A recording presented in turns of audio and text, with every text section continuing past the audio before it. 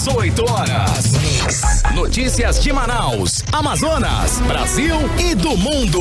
Agora na Mix. Muito bem, 6 horas e 1 minuto. Boa noite pra você em 100,7. Boa noite pra você na sintonia certa. Você que está aí no melhor Mix do Brasil. A partir de agora, as principais notícias do dia pra você. Vamos juntos até às 7 da noite. Mais uma edição do programa 18 horas. Hoje é terça-feira, dia 25 de maio de 2021. Boa noite, Karime Leão. Boa noite, Carlão. Boa noite pra você que acompanha a programação da Mix Manaus. É isso aí, estamos juntos a partir de agora até às 7 da noite aqui no 18 horas. Mais uma vez, boa noite pra você na sintonia certa. Agora são 6 horas e 2 minutos. 18 horas. Vamos aos destaques de hoje aqui do 18 horas. O governador do Amazonas, Wilson Lima, vai ser convocado pela CPI do Senado. Ele está entre os 9 governadores investigados pela Polícia Federal durante a pandemia. E atenção para quem usa transporte coletivo. O Sindicato dos Rodoviários anunciou paralisação da categoria para esta quinta-feira, dia 27. Entre as reivindicações está a falta de reajuste salarial há pelo menos 2 anos. No 18 horas de hoje, nós vamos conferir também a expectativa do comércio aqui em Manaus, aqui na capital, para o Dia dos Namorados, que está bem próximo em todo o país. Essa estimativa é de crescimento de 2,5% nas vendas em relação ao ano de 2020. E é nosso destaque também, o governo federal cancelou 31.903 licenças de pescadores profissionais artesanais no Brasil. Nos estados da Amazônia Legal, os cancelamentos chegaram a 70%. Essas e outras notícias, os principais destaques do dia, você confere conosco, hein? A partir de agora, em mais uma edição do 18 horas, vamos juntos com você até às 7 da noite, aqui no melhor Mix do Brasil. Você está ouvindo Mix 18 horas. Bom, está decidido. Governador do Amazonas, Wilson Lima, vai ser convocado pela CPI do Senado. Ele está entre os 9 governadores investigados pela Polícia Federal durante a pandemia e que serão aí os primeiros a prestarem depoimentos para a Comissão Parlamentar de Inquérito. Exatamente, Carlão. A convocação de Wilson Lima e de mais 8 governadores, além de 12 prefeitos e ex-prefeitos, suspeitos de desviarem verbas federais durante a pandemia, vai ser aprovada amanhã pela CPI. Aldiné Araújo tem mais detalhes, vamos conferir. Além de Wilson Lima, os governadores do Amapá, de Rondônia, Roraima, Pará, Rio de Janeiro, Rio Grande do Sul, Santa Catarina e Distrito Federal vão enfrentar a mira da CPI no Senado. Esses estados e capitais foram alvo de operação e investigação da Polícia Federal por suspeita de desvio de recursos de combate à Covid-19. A convocação dos governadores e 12 prefeitos e ex-prefeitos está prevista para ser aprovada amanhã. Em seu Twitter, o presidente da CPI, senador Omar Aziz, confirmou que a comissão vai votar pela convocação de governadores e prefeitos e confirmou também o depoimento dos 9 governadores. Senadores querem acrescentar mais um governador, o de Tocantins. O depoimento de Wilson Lima é dado como certo desde o início da CPI, já que o pedido de criação da comissão traz desde o começo a crise de saúde no Amazonas. Hoje pela manhã, o depoimento dos governadores foi motivo de ataque entre os senadores Omar Aziz do Amazonas e Marcos Rogério de Rondônia. Vossa Excelência, quando nós vemos no banco de testemunho o governador do teu estado, quero ver se Vossa Excelência terá essa mesma animosidade para enfrentá-lo. Vossa Excelência pode ter certeza, como terei a mesma forma para tratar o governador do seu estado. Ali há pedido de prisão contra ele. Ótimo! O problema dele e teu, não é meu. Então... Tu acha mesmo que eu estou preocupado com o governador do Amazonas, é? Eu não me preocupo nem com o governador do Amazonas e nem com o governador de Rondônia, que vem aqui também. Que venha. Todos que são suspeitos de corrupção. Todos os governadores que teve a operação da Polícia Federal. Todas as prefeituras de capitais que é o anúncio que Vossa Excelência está fazendo? Vai ser votado amanhã. Parabéns. São 9 governadores. Que boa notícia, Vossa Excelência, e 12 prefeitos. Parabéns. Para o cientista social Luiz Antônio Nascimento, o governador Wilson Lima tem muito a responder à sociedade. O argumento de que a crise no oxigênio não foi possível prever na avaliação do professor não convence. De acordo com ele, o Wilson Lima percebeu o aumento ascendente de casos e mais demandas por oxigênio. Além disso, segundo Luiz Antônio Nascimento, cientistas alertaram o governo antecipadamente de que o estado caminhava para evitar uma segunda onda. Então o argumento de que o governo diz eu não sabia que nós iríamos ter um caso é mentira. Então o governador precisa explicar à sociedade por quê, sendo informado por cientistas e por publicações científicas, sendo informado pela sociedade através de, inclusive, informações públicas, através de lives públicas, por que o governador não sentou e não avaliou a possibilidade de que fosse faltar o oxigênio? Essas pessoas morreram como se fosse um afogamento a seco. Não tem uma forma mais cruel, não tem forma mais cruel de levar a óbito uma pessoa como essa, como falta de oxigênio. Ele governa para quem? Ele governa para os 4 milhões de amazonenses? Ou ele governa para aqueles empresários que financiaram a tua campanha eleitoral? Para quem ele governa? Esses mesmos cientistas alertam agora para a possibilidade de uma terceira onda de Covid-19 no Amazonas. Odinei Araújo para o 18 horas. E hoje, foi mais um dia de muita polêmica na CPI da pandemia do Senado Federal. A estrela de hoje foi a médica Mayra Pinheiro, secretária de Gestão do Trabalho e da Educação do Ministério da Saúde, que é conhecida nas redes sociais também como Capitã Cloroquina. Os principais questionamentos foram em relação ao aplicativo Tratkov, que prescrevia cloroquina até para bebês, e também sobre a falta de oxigênio aqui no Amazonas, que provocou a morte por asfixias de dezenas de pessoas. Mayra Pinheiro disse que a situação da rede pública de saúde em Manaus, na segunda onda da pandemia de Covid-19 em janeiro deste ano, o sistema de saúde pública de Manaus estava desassistida, era de caos e de descontrole na saúde pública. Segundo a secretária, das mais de 100 unidades básicas de saúde na capital, apenas 18 foram reservadas para atendimento de pacientes de Covid-19. E as unidades estavam sem médicos e sem medicamentos como dipirona e paracetamol. Olha, Mayra Pinheiro declarou que não existia um controle de crise e nem planejamento estratégico, nenhum planejamento estratégico. E sobre a falta de oxigênio, Mayra Pinheiro disse que não houve percepção de que faltaria oxigênio em Manaus. Não perceberam a falta desse produto de extrema importância nesse momento e garantiu que não tratou diretamente do problema.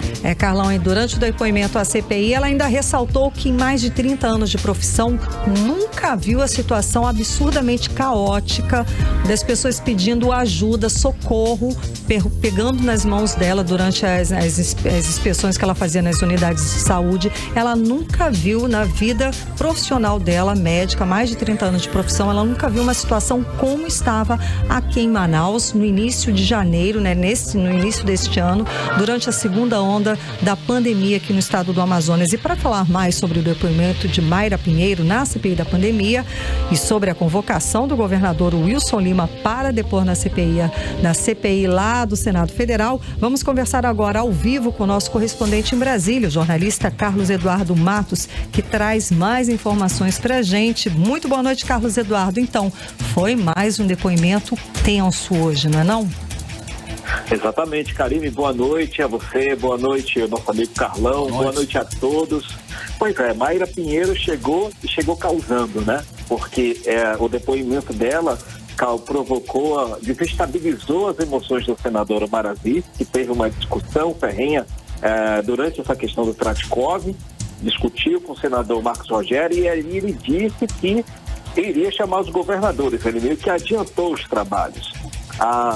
A doutora Mayra Pinheiro, que ela é chamada como a Capitã Cloroquina, né? Ela chegou muito bem treinada, falou ora como médica, ora como gestora da saúde, né? Quem esteve no Senado viu que ela chegou com um carrinho cheio de papéis ali para ajudá-la a falar no depoimento, mas ali as perguntas dos senadores meio que cercaram ela de toda forma e fizeram ela conseguiu afinal proteger o presidente Bolsonaro, mas também ela meio que colocou o ex-ministro general Eduardo Pazuello contra a parede e também o governo do Amazonas, que a situação consegue complicada para o governador Wilson Lima, que tem muito a explicar. A exemplo, falando dos dois, do general Pazuello e do governador Wilson Lima, Um dos destaques da fala dela com relação a essa crise do oxigênio que aconteceu no estado do Amazonas, ela disse que o general Pazuello, o ex-ministro general Pazuello, soube da crise do oxigênio no dia 8 de janeiro, sendo que ele afirmou na semana passada que ele soube no dia 10. Ou seja, há um lapso de 2 dias, uma das contradições que ela falou, e ela jogou o ministro contra a parede nesse sentido. E tem mais, ela disse que ela ficou sabendo que o governo do Amazonas encaminhou o e-mail da empresa White Martins dessa possível crise, esse desgaste, esse consumo exagerado do oxigênio, o oxigênio médico, e o governo só teve o trabalho mesmo de encaminhar um e-mail para o governo federal, para o Ministério da Saúde, e as atitudes não foram tomadas porque o governo do Amazonas não agiu, não tratou essa pauta com a urgência que deveria. Vamos ouvir esse trecho em que ela fala desse ponto da questão do e-mail, da comunicação entre o governo do estado e o governo federal. Vamos ouvir.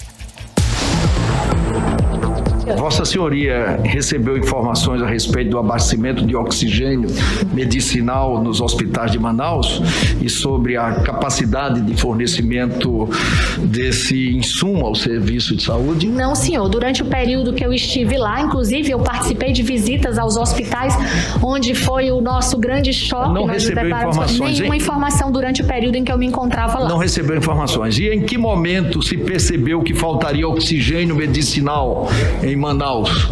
Não houve uma percepção que faltaria. Pelo que eu tenho de provas, né, é que nós tivemos uma comunicação por parte da Secretaria Estadual que transferiu para o ministro um e-mail da White Martins, dando conta de que haveria um problema de abastecimento, segundo eles mencionado como um problema na rede. Essa foi parte da declaração do depoimento da doutora Mayra Pinheiro hoje na CPI da pandemia do Senado Federal, exatamente a respeito da crise de oxigênio que o Amazonas enfrentou no início deste ano. E a doutora, assim como o ex-ministro Eduardo Pazuello, teve também o habeas corpus para que ela não respondesse questões que pudessem incriminá-la. E principalmente a respeito desta crise de oxigênio, mas ela respondeu a todas as perguntas. Não é? Ela respondeu a tudo, assim como o ex-ministro Pazuello, não é não, Carlos Eduardo? Exatamente, ela usou, o ministro Pazuello usou uma vez o direito de permanecer em silêncio, usou na quarta-feira.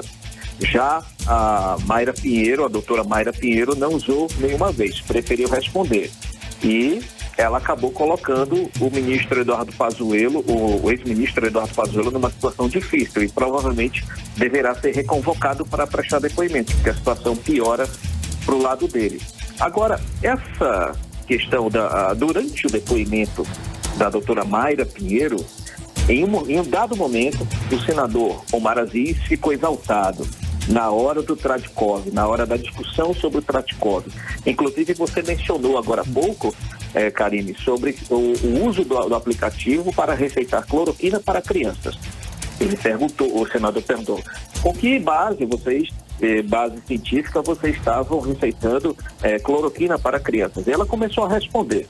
E sobre o aplicativo Tradcov, ela disse que não houve um hackeamento do sistema, como o ex-ministro Pazuello falou.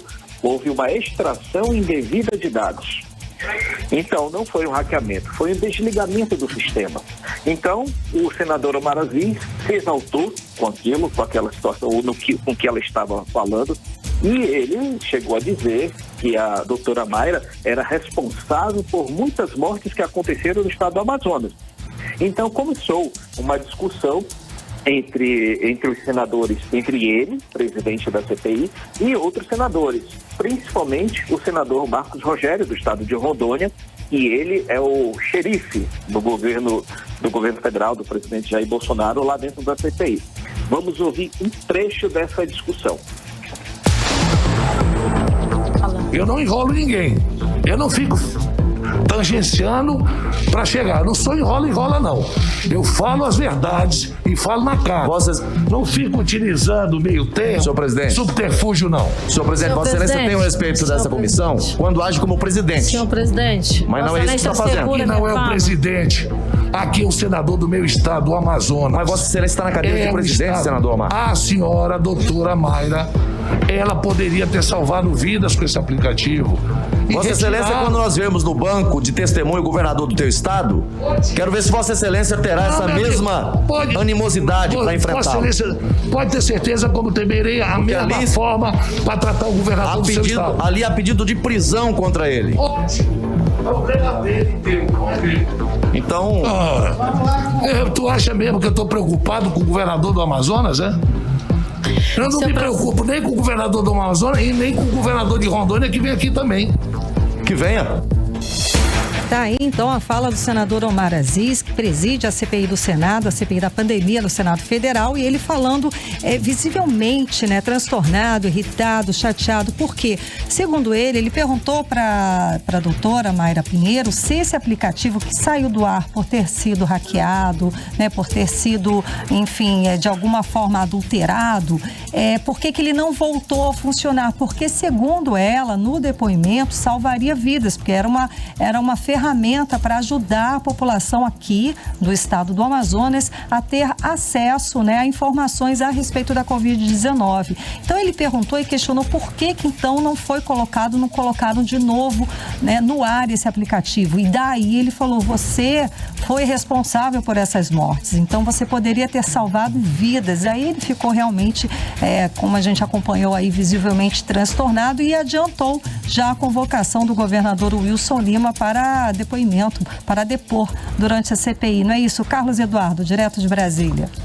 Exatamente. O senador Omar Aziz ficou exaltado por dois motivos. Uma é essa questão do Tratkov, que ele não engoliu essa explicação nem do ministro da Saúde, o ex-ministro da Saúde, o Eduardo Pazuello, que disse que foi hackeado, e agora também não engoliu essa questão do Tratkov. Ele não aceitou o porquê que esse aplicativo estava fazendo diagnósticos automáticos, digamos assim, digitais para os pacientes, né, de uma forma imprecisa, e também porque que ele saiu do ar de uma forma tão repentina e o governo não dava explicações claras a respeito disso.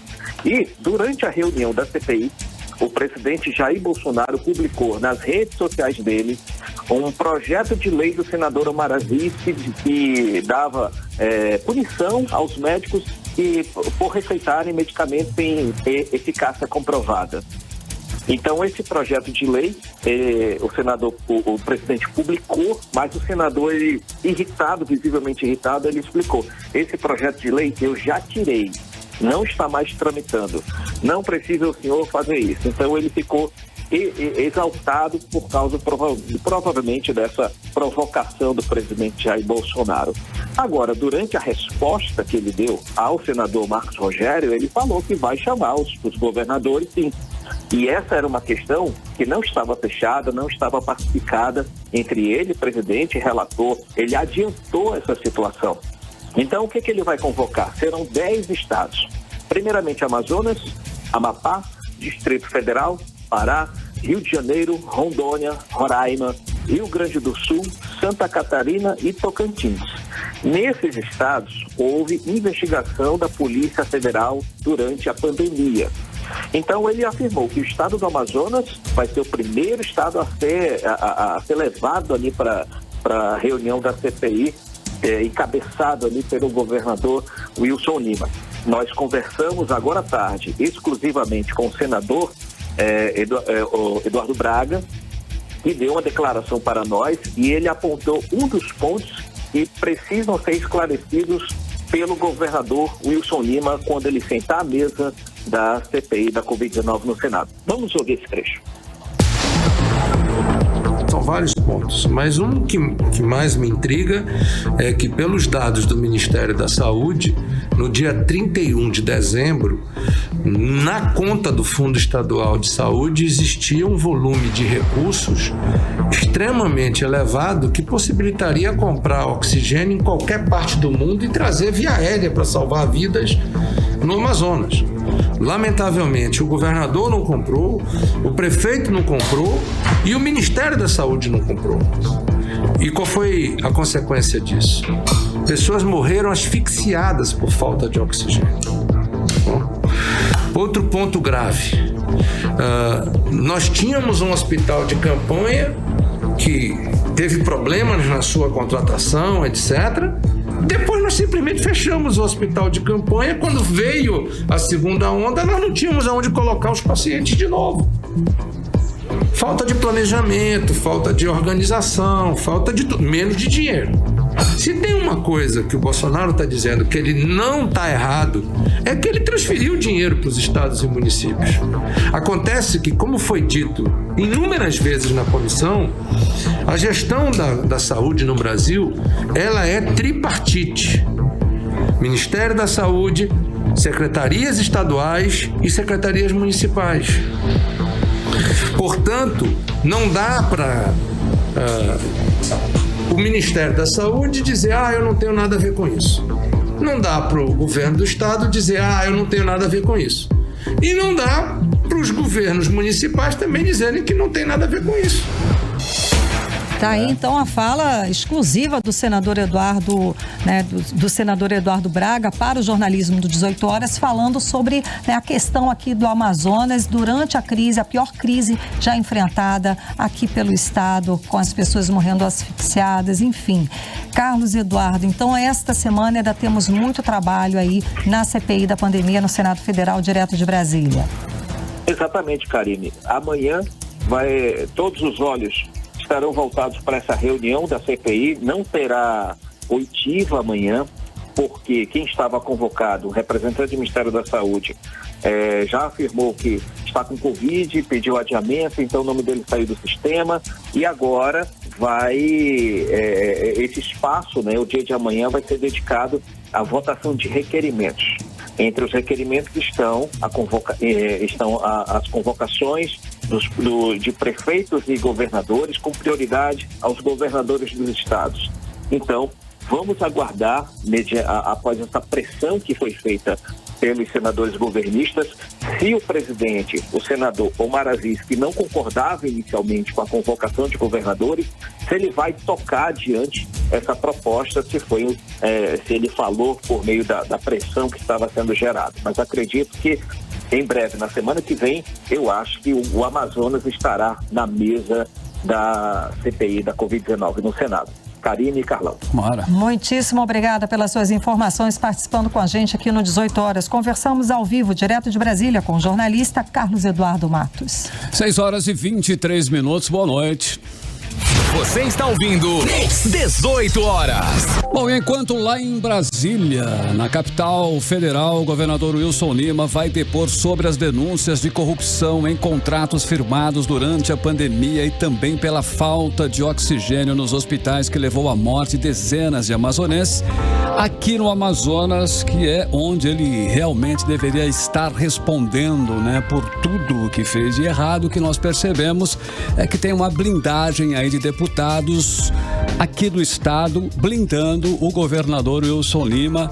Revela aí que a grande maioria da Casa Legislativa não está exercendo a função principal que lhe foi feita, que lhe foi atribuída quando ela foi eleita, que é fazer aí as avaliações, Karine, ver o que está certo e o que está errado. Como diz aí o cientista social Luiz Antônio Nascimento, é uma avaliação necessária, Karine. Exato. E diante de tantas evidências, como a denúncia da Procuradoria-Geral da República de formação de quadrilha e a convocação pela CPI do Senado não investigar o governo do estado, na avaliação do professor universitário, é se desmerecer como político e assumir que foi eleito para cuidar de seus próprios interesses. Vamos entender mais a respeito dessa história agora na reportagem de Odiné Araújo. Não importam as várias denúncias envolvendo o governo do estado. A reação da Assembleia Legislativa do Amazonas é uma só. Calados estão e calados permanecem. Apenas umas poucas vozes clamam no deserto da omissão e apenas 4 deputados têm interesse em saber onde foram gastos os recursos do estado durante esses 2 anos de pandemia da Covid-19. O pedido para investigar o governador, feito pelos deputados democratas Dermilson Chagas e Wilker Barreto, tem apenas 4 assinaturas. Além deles 2, apenas o deputado delegado Péricles e a deputada Nesme Aziz querem investigar a atuação do governador Wilson Lima na condução da pandemia no estado. Para ser criada a CPI, ainda faltam 4 assinaturas. O governador, segundo o presidente da CPI do Senado, Omar Aziz, vai ter sua convocação para depor aprovada amanhã, mas na Aleã ele está sendo blindado pela grande maioria dos deputados da casa. Para o cientista social e professor da Universidade Federal do Amazonas, Luiz Antônio Nascimento, fingir que nada está acontecendo significa que a grande maioria dos parlamentares do Amazonas não está exercendo a função para a qual foi eleita. Ele lembra que o deputado estadual tem 2 tarefas das quais não pode fugir. Uma é fiscalizar o exercício do governo e a outra é criar as leis. Quando os deputados estaduais que ganham uma fortuna do dinheiro público se escondem da responsabilidade de fiscalizar o governador do estado diante de uma pandemia que nos levou quase 13 mil brasileiros amazonenses, esses deputados estão dizendo que eles não valem absolutamente nada. Eles não valem um guardanapo usado depois do almoço. Nem mesmo as revelações na denúncia da Procuradoria-Geral da República contra o governador Wilson Lima, o vice Carlos Almeida Filho e mais 16 pessoas, além de tudo que está vindo à tona na CPI do Senado, incomoda a base governista. O professor universitário defende que, nesse caso, os deputados deveriam renunciar ao cargo por se considerarem suspeitos de cumprirem seus mandatos.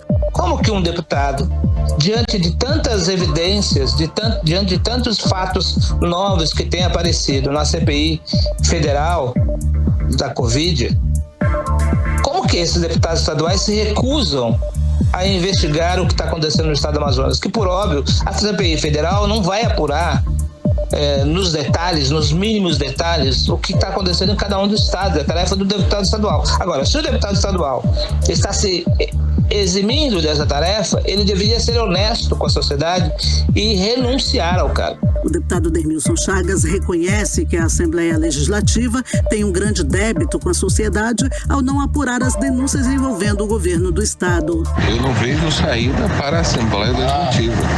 Existe um débito muito grande dela com o povo. A cobrança vai ser cada vez maior.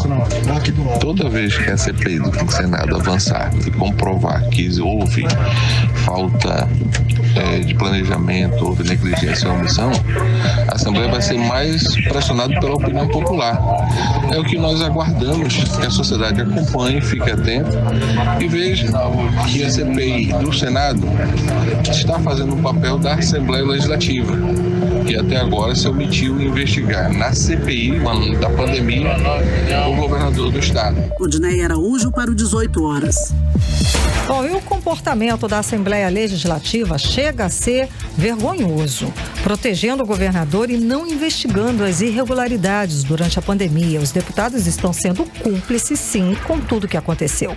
Corrupção, má gestão, falta de planejamento e pelas mortes que poderiam ter sido evitadas se tivéssemos um governo honesto, comprometido com a vida das pessoas, com experiência e competente para gerir a crise. Sem dúvida nenhuma, Karime Leão, e como foi muito bem colocado na reportagem da jornalista Odinei Araújo, os deputados que ganham muito bem, por sinal, né, Karime, estão mais preocupados em manter os negócios das empresas de seus familiares e amigos e por aí vai, com o governo do que trabalhar em favor do povo, que é o que realmente importa. Isso está muito claro, mas agora com o cerco aí apertando contra o governador, espera-se que eles tomem uma posição. Bom, vale destacar que o Superior Tribunal de Justiça julga no próximo dia 2 de junho se aceita ou não a denúncia contra o governador, o Wilson Lima, o vice-governador e mais 16 pessoas no caso do superfaturamento na compra de ventiladores pulmonares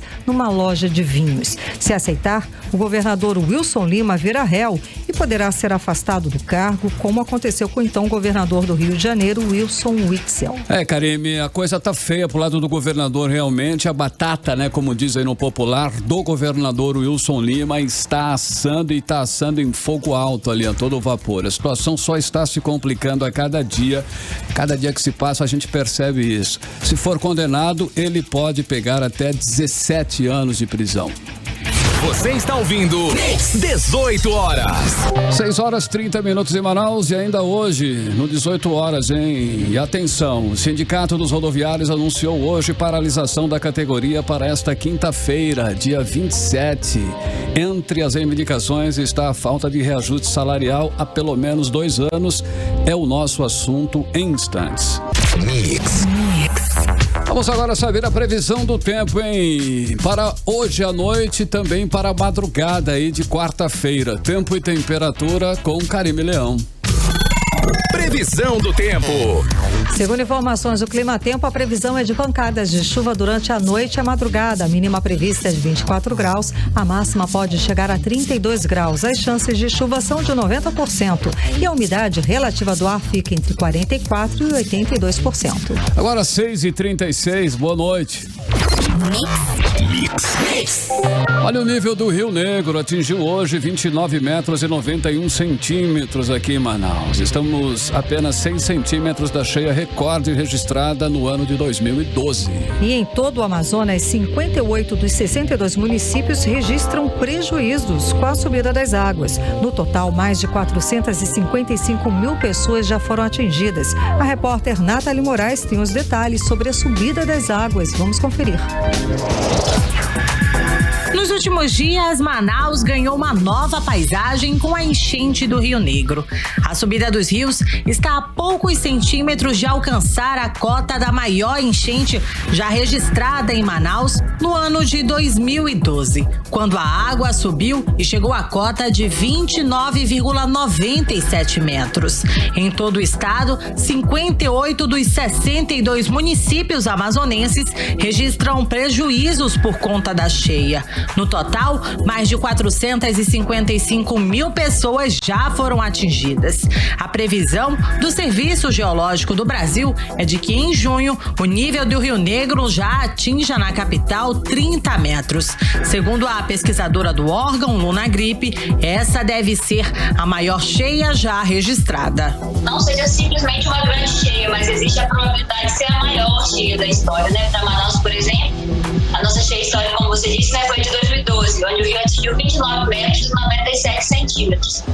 A probabilidade calculada, claro que são modelos hidrológicos baseados em uma série de informações, então sempre tem que ter uma certa detalhamento na hora de formar esses dados, mas com uma probabilidade de aproximadamente 50% de ocorrer esse ano uma cheia tão grande quanto foi a de 2012. No centro da capital, as águas do Rio Negro já invadiram o asfalto. Segundo a historiadora Gisela Araújo, essa é uma cena que se repete há centenas de anos. Isso porque o nosso centro histórico já foi cortado por grandes igarapés. Esses igarapés no centro histórico que foram aterrados. O principal, que hoje nós conhecemos, que é onde está construída a Avenida Eduardo Ribeiro, Igarapé do Espírito Santo, que foi canalizado. Esse igarapé ele tinha de aproximadamente uns 6 a 7 metros de profundidade e foi canalizado para que não ocorresse esse tipo de inundação. E percebemos que não foi suficiente. Então as águas elas estão ali seguindo seu curso. Outro igarapé que foi aterrado também foi o Igarapé do Aterro ou Igarapé dos Remédios, que é onde hoje está construída a Floriano Peixoto. E também o Igarapé da Olaria, que é ali nas proximidades do terminal da Matriz. Toda essa área era braços do Rio Negro, igarapés.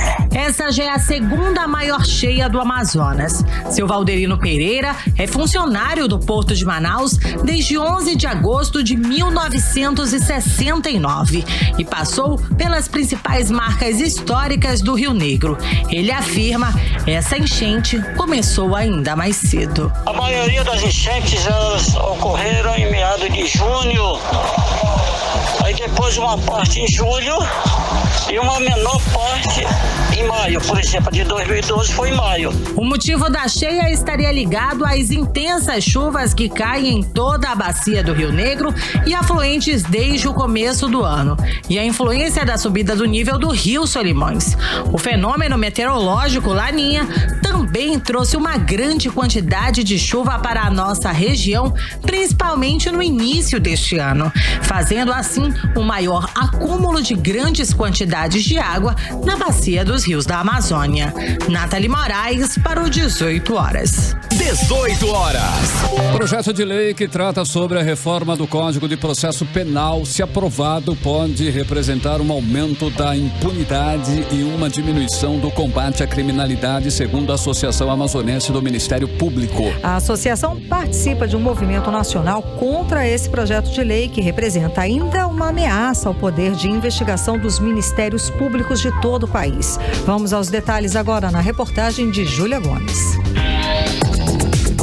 O projeto de lei 8045 de 2010 trata da reforma do Código de Processo Penal e, segundo o presidente da Associação Amazonense do Ministério Público, o promotor de justiça Alessandro Sanmartin, ele mexe na principal lei que regulamenta o processo de aplicação de penas, ou seja, o processo criminal.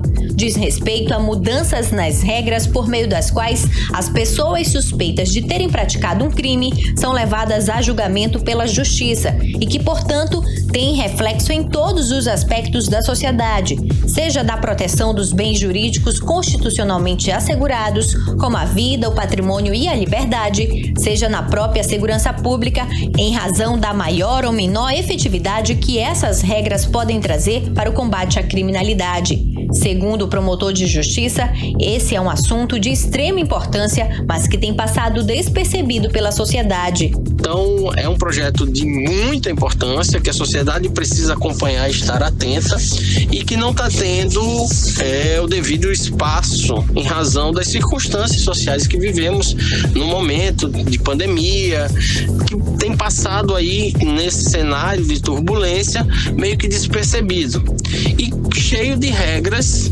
que resultarão numa menor efetividade da justiça criminal, um aumento da impunidade e uma diminuição do combate à criminalidade, principalmente pela exagerada punição que impõe à vítima. A Associação Amazonense do Ministério Público faz parte de um movimento nacional contra o projeto de lei 8045, que foi apresentado pelo deputado federal João Campos, do Republicanos de Goiás. Ainda de acordo com a associação, o relatório proposto apresenta riscos ao sistema processual penal, com a sugestão de alterações que confundem preceitos constitucionais e criam barreiras às fases de investigação, processo e julgamento. Caso seja aprovado no Congresso Nacional, o novo Código de Processo Penal representa uma ameaça ao poder de investigação dos ministérios públicos do país, como explica o promotor Alessandro Sanmartin. Então é um projeto de lei que vem construído sobre uma matriz de impunidade, de retrocesso, porque ele limita inadequadamente, contrariando a jurisprudência do Supremo Tribunal, o poder de investigar do Ministério Público, tenta trazer para o modelo brasileiro um Frankenstein da justiça americana. Por que eu digo Frankenstein? Porque na justiça americana ele funciona devido à estrutura da justiça americana. Só que o sistema brasileiro é completamente diferente. Então você importar um modelo de julgamento do tribunal do júri igual ao americano, que exige a unanimidade para tomada de decisão pelo tribunal do júri em crimes contra a vida, é inadequado, porque a nossa Constituição estabelece o sigilo da votação. Em casos de feminicídio, quando o homem mata a ex-mulher por não aceitar a separação, por sua condição de gênero e por ainda se sentir o dono da vítima, o machismo pode ser uma barreira para que a justiça seja feita. Se um companheiro matar por ciúmes a sua companheira,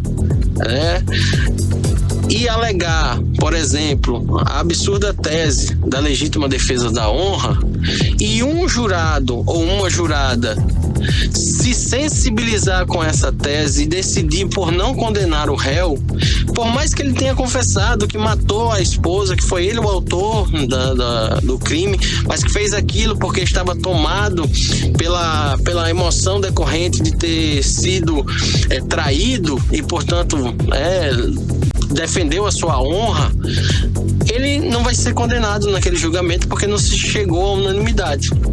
E a consequência qual vai ser?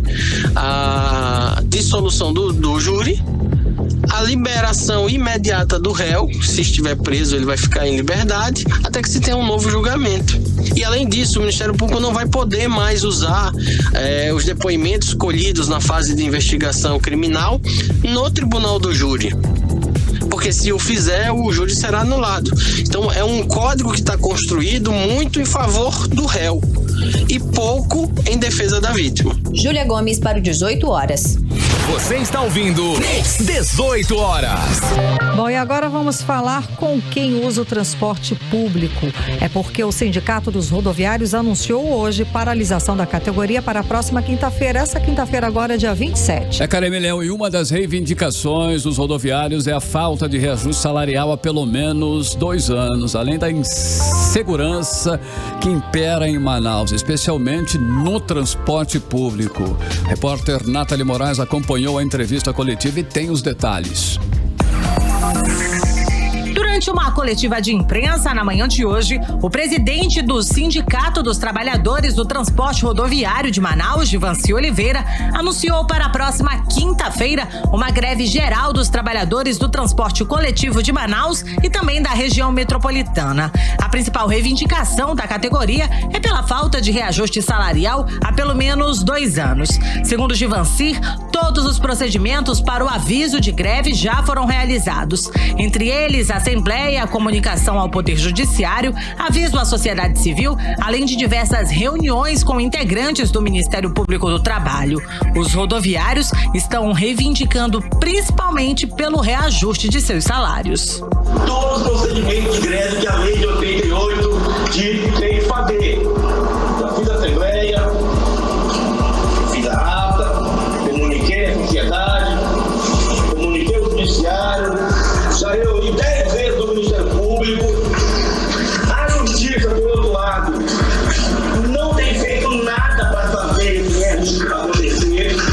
Vai ter greve sim, caso a Prefeitura de Manaus não chame as empresas e concedam o reajuste imediatamente para todos os trabalhadores declarativa 2020. A vacinação dos profissionais também está na pauta de exigências do órgão, além da criação para uma delegacia especializada de combate a assaltos no transporte público. Para fazer uma delegacia especializada em combate a roubos nos coletivos, né? Só que essa delegacia foi até criada, mas não funcionou por falta de efetivo, por falta de vontade política. Porque se o meliante faz um assalto no ônibus e esse meliante é identificado e sequer ele é intimado para depor, isso incentiva a fazer ele roubar de novo. Se tivesse uma delegacia especializada que pegasse todas as imagens, identificasse cada assaltante e indiciá-lo, com certeza ia diminuir. Mas a questão é política. Uma reunião entre os representantes dos trabalhadores, o Sinetran e a Prefeitura de Manaus deve acontecer ainda hoje para definir o destino da greve. Caso as partes não cheguem a um acordo, a paralisação irá acontecer a partir das 4 da manhã da próxima quinta-feira. Nathalie Moraes para o 18 horas. 18 horas. E daqui a pouco aqui no 18 horas, o governo federal cancelou quase 32 mil licenças de pescadores profissionais artesanais no Brasil. Nos estados da Amazônia Legal, os cancelamentos chegaram a 70%.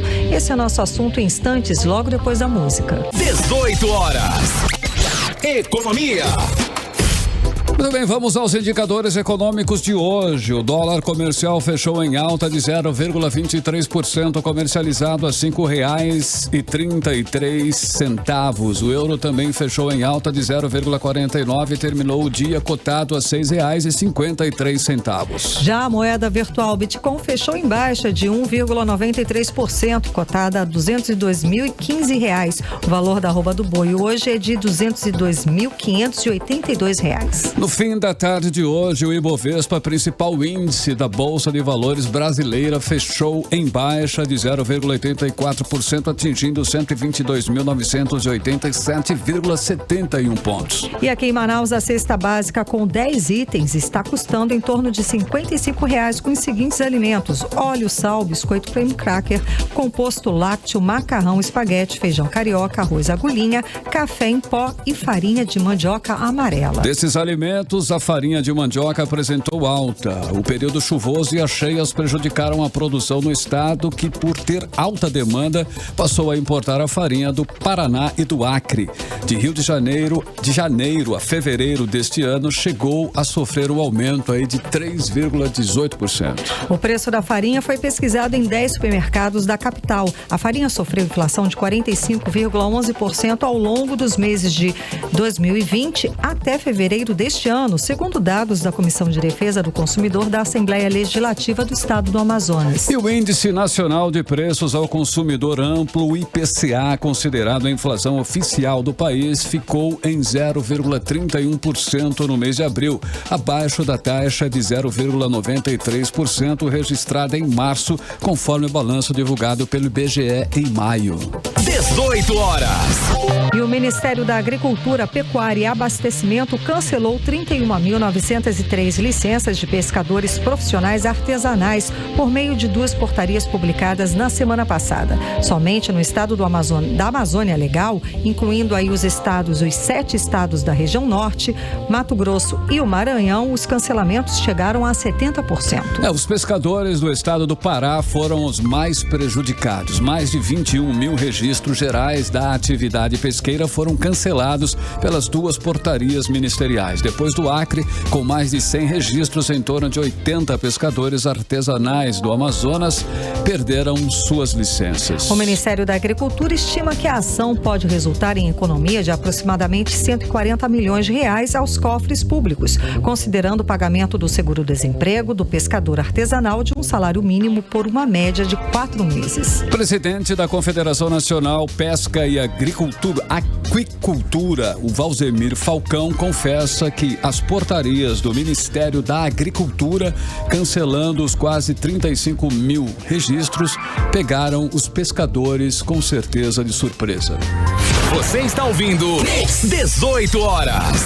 Olha, o Dia dos Namorados, hein? Está chegando. O dia é 12 de junho, tá logo aí. E além de dizer para a pessoa amada o quanto ela é especial para você, a data ajuda também a movimentar, é claro, aí o comércio, aquecer um pouco o comércio. Afinal, quem não quer presentear e também, né, ganhar aquele presentinho bacana, não é mesmo? É isso aí. Em todo o país, o comércio estima crescimento de 2,5% nas vendas em relação ao ano de 2020, o ano passado. Isso segundo a Confederação Nacional do Comércio de Bens, Serviços e Turismo. E aqui no Amazonas, mesmo a data não sendo tão aguardada pelo comércio como, por exemplo, é o Dia das Mães e o Natal, os lojistas estão apostando em promoções para ajudar a aumentar as vendas. Vamos aos detalhes agora na reportagem de Júlia Gomes. A data deve movimentar cerca de 1,65 bilhão de reais no comércio brasileiro, uma alta de 2,5% em relação a 2020. A estimativa é da Confederação Nacional do Comércio de Bens, Serviços e Turismo. Para o varejo, as expectativas positivas se baseiam no fato de que no ano anterior foi fraco por conta da pandemia e do desconhecimento de estratégias de vendas para tempos de distanciamento social. Aqui no Amazonas, para driblar as dificuldades do período de poucas vendas por conta da pandemia de Covid-19 e principalmente com a dificuldade de muitos lojistas com a subida das águas por conta da cheia que invadiu lojas do centro da capital, os comerciantes estão investindo em estratégias promocionais para o Dia dos Namorados, como explica Aderson Frota, presidente da Federação Amazonense de Bens, Serviços e Turismo no estado. É uma data que merece ser considerada, até porque é uma data comercial e o comércio hoje está muito carente de vendas. Então haverá um esforço muito grande das empresas, não só com promoções, mas acima de tudo com grandes ofertas, e isso é altamente positivo no sentido do crescimento do varejo comercial. Nós acreditamos que nós vamos ter um momento muito propício e muito positivo para o incremento das vendas do comércio, principalmente aquelas estabelecimentos comerciais que têm produtos que têm conexão com o Dia dos Namorados, eletrônicos, eletrodomésticos, vestuário, calçados, enfim, todos esses segmentos comerciais, com certeza, vão estar mobilizados para atender a essa demanda por conta do Dia dos Namorados. O presidente da FEComércio no Amazonas explica ainda que o mês de junho já é tradicionalmente um período que representa aumento nas vendas para o comércio em geral, com a chegada do verão amazônico e as expectativas de crescimento impulsionadas pelas vendas de Natal. A gente sabe que, tradicionalmente, o comércio vive o seu melhor momento a partir do verão, ou seja, a partir de junho é que as vendas começam a ganhar aceleração e exatamente a exemplo do que aconteceu o ano passado. Foi a partir do mês de junho que o comércio cresceu, apesar da pandemia e do fechamento que aconteceu na primeira onda. E nós vamos aqui de manifestar a nossa expectativa positiva e dizer que temos todo o interesse em que haja realmente uma retomada deste ano que foi tão prejudicado a partir agora do mês de junho. Júlia Gomes para o 18 horas. 18 horas. 7 horas em ponto e agora nós vamos atualizar os números da Covid-19 aqui no estado do Amazonas e no Brasil com Karine Leão. E a Fundação de Vigilância em Saúde do Amazonas, por meio do Boletim Diário Covid-19, informa o diagnóstico de 535 novos casos de Covid, totalizando para 383.380 os casos da doença aqui no estado do Amazonas. Ainda segundo o boletim, foram confirmadas 10 mortes por Covid-19, elevando para 12.935 o total de mortes no estado. E no Brasil, de acordo com informações do Ministério da Saúde, o país totaliza hoje 16 milhões e 100 mil casos confirmados da Covid-19, com 450 mil mortes. O país também soma 14 milhões e 200 mil pessoas recuperadas da doença. Agora, 7 horas e 1 minuto, seguimos direto para o Editorial 18 horas. Editorial 18 horas. Mentira. Essa é a palavra que mais se ouve na CPI da Covid no Senado. Os depoentes têm tentado uns jogar para os outros as ações e omissões governamentais na pandemia. Houve e ainda há erros graves a serem investigados e o Amazonas está e estará no centro das discussões. Amanhã, a CPI deve votar a convocação do governador do Amazonas. Os senadores da CPI devem ao Amazonas o esclarecimento do que ocorreu no estado.